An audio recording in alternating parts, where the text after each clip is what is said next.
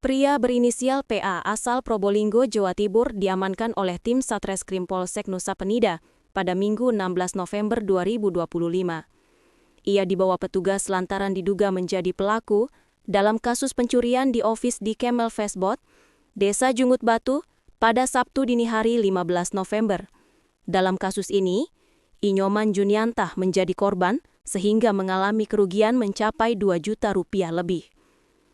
Peristiwa ini pun dilaporkan ke Polsek Nusa Penida untuk mendapat tindakan lebih lanjut. Kapolsek Nusa Penida AKPI Ketut Kesumajaya kemudian langsung menginstruksikan Kanit Reskrim Ibtu Iputu Ferry Seputra untuk melakukan penyelidikan. Alhasil, setelah dilakukan cek CCTV, terduga pelaku mengarah kepada PA. Kapolsek Nusa Penida mengapresiasi sinergi dan kerja cepat jajaran personilnya. Lebih lanjut, ia juga mengimbau masyarakat untuk selalu waspada guna menghindari hal-hal yang tidak diinginkan. Segera laporkan setiap aktivitas mencurigakan demi menjaga situasi Kamtipmas tetap aman dan kondusif.